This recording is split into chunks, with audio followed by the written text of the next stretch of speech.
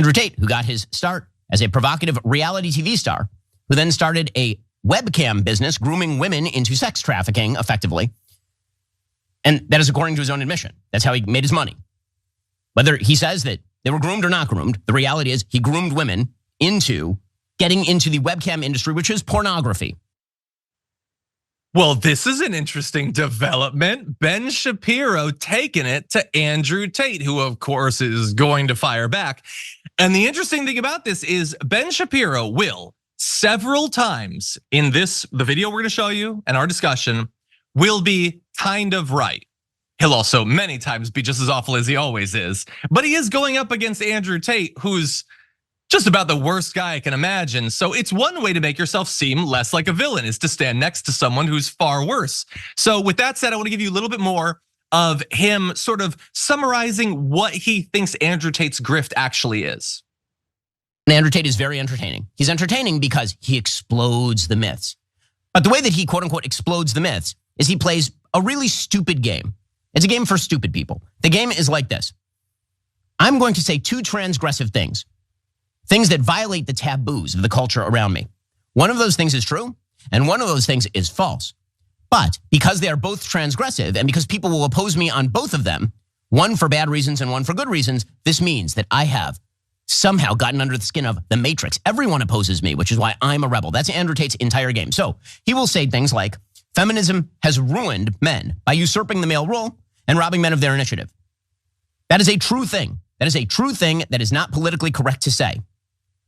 Then he will say another transgressive thing that is absolutely false. Like, for example, women love it when you treat them like garbage, and you should treat women like garbage, and dominant men are the kind of men who treat women like garbage.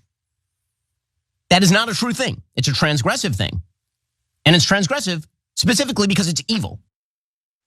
So look, we're gonna play more of the video, but Brett, I find this to be fascinating because he's kind of right to oppose Andrew Tate, but there's this thread of like, hey, that's my grift. What do you got yourself in my grift? Give my grift back. That's what it feels like to me.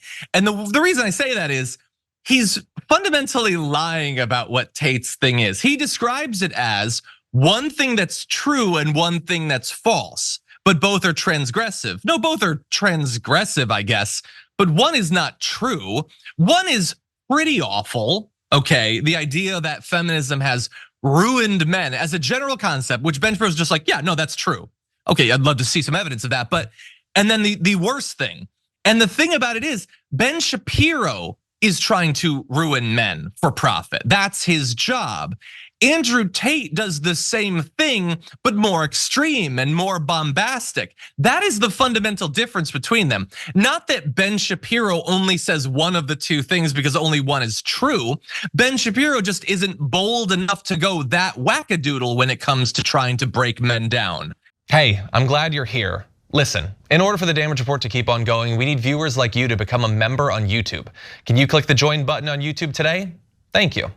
And turn them into perpetual audience members or whatever. So we'll get to more, but I'm curious what you think. Yeah, the simple take I have of what Ben Shapiro said is he's wrong that one of the things Andrew Tate said is right. Both the things Andrew Tate said are wrong, transgressive, and stupid. The difference is that Ben Shapiro only agrees with one of them. So Ben Shapiro doesn't want to admit that he is wrong, transgressive, and stupid, which I love it when Ben Shapiro and his whole group calls anyone else stupid, because anytime someone on the left calls someone else stupid, the left is the college-educated elitist cabal. Yeah. It's trying to take down the average working class person. But my main take there is Ben Shapiro is also wrong, transgressive, and stupid, and he 100% just agrees with one of the horrible things that Andrew Tate said. Yeah, he just happens to agree with one of those things because it's a part of his brand to believe that. And it's a strawman argument because he mischaracterizes what feminism is. Feminism is just giving women the choice to do what they want. And if that is enough to destroy men, it says less about feminism than about men. But let me reassure you, men, it has not destroyed men. Men are facing many threats, and it deserves a serious conversation, maybe like a show.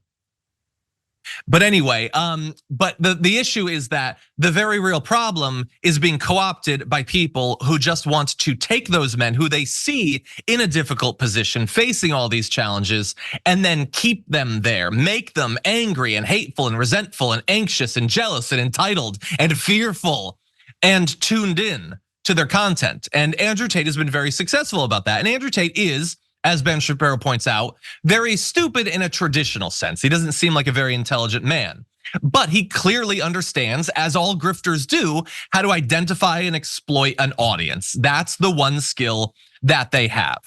And allegedly he has some other illegal skills. But anyway, I want to get into one of the issues that he had, because I guess this was the tweet that sort of set Ben Shapiro off. So Andrew Tate, who his entire shtick on social media has always been from the beginning, just coming up with what's the dumbest thing I can say that will get people to respond to me. Some of them because they agree with it, most of them because they don't. One of the first tweets of his that really went viral was him talking about how if you've ever seen a Star Wars movie, you can't be successful as a man. He obviously does not believe that, but it's a crazy thing you say because everyone will want to dunk on you. But in doing so, they're talking about you. So he has another version of that. I'm not gonna read the entire thing. It's, dear white men, you're effed. You're being replaced because none of you have children. Even those of you bitching about the replacement online like little girls don't find the gumption to F. I see white men bragging about having 5 kids, blah, blah, blah, blah, blah. It's a thing about how literally you should enslave multiple women as literal, in his words, baby factories and have 30 kids. Now, none of this makes any sense at all. It's not reflective of what he thinks men should be like. It's not reflective of his life, but it is an over-the-top bombastic thing that you can sort of understand why pathetic, broken men would find that more appealing. Because think about the two brands here, Brett. You have Ben Shapiro who says, you guys have been destroyed by women. Okay, they both say that, so that cancels out. And then Ben Shapiro says, you should never enjoy sex ever, okay? And you should get married to one woman and you should strip away all of her rights and you should never have any sort of satisfying physical encounter with her ever.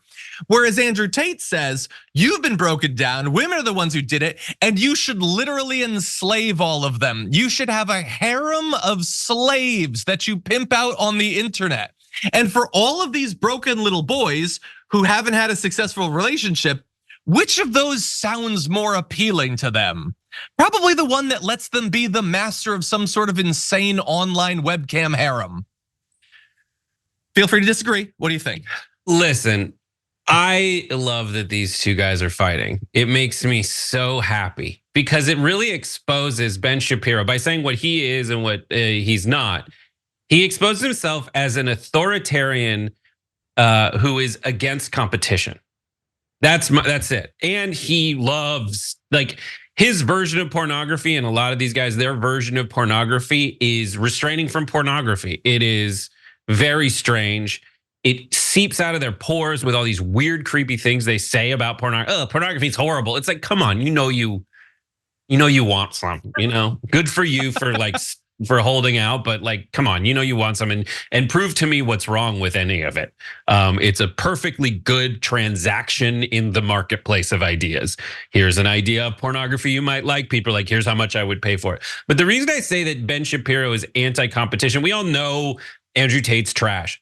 But Ben Shapiro, in being against feminism as he himself has characterized it, he's just saying that he only wants to, as an authoritarian, allow men to compete in the workplace.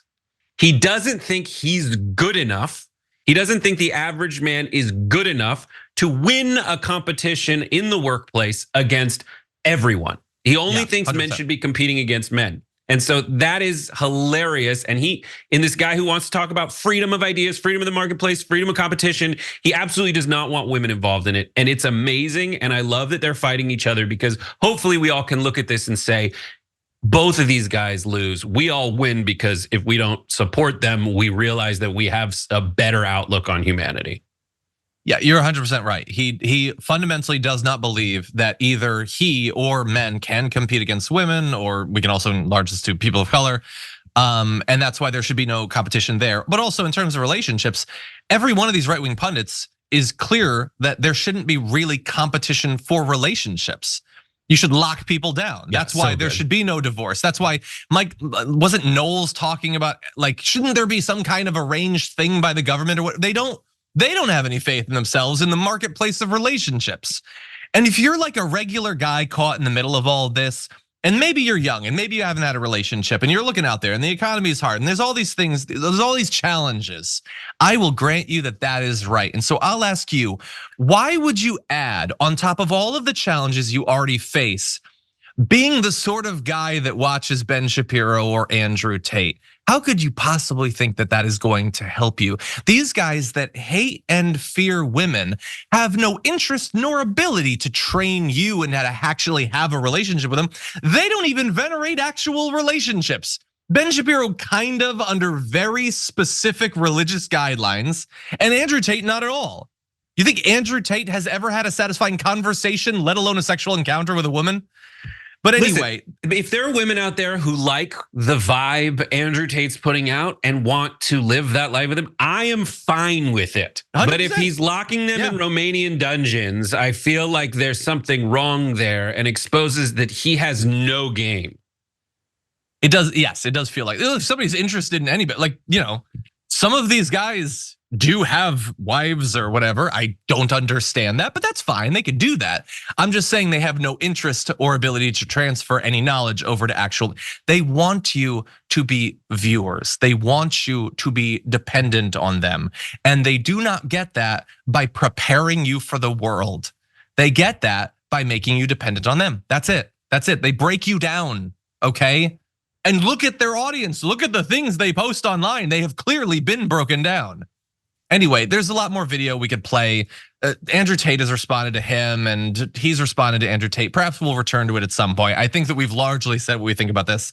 They're gonna continue to fight, partially for ideological reasons. I do think that there are some actual differences in terms of philosophy, but also because of grifts, okay? Like, he is taking market share from these guys. These guys, the Ben Shapiro, as well as all the clones, the Charlie Kirks, the Michael Knowles, Matt Walsh, and all that, they have a couple different things that they use to try to win viewers, transphobia and stuff like that, racism. But the misogyny is a big part of it. And they don't like that this guy has scooped up so much of that, particularly amongst the youngest men and on TikTok and stuff like that.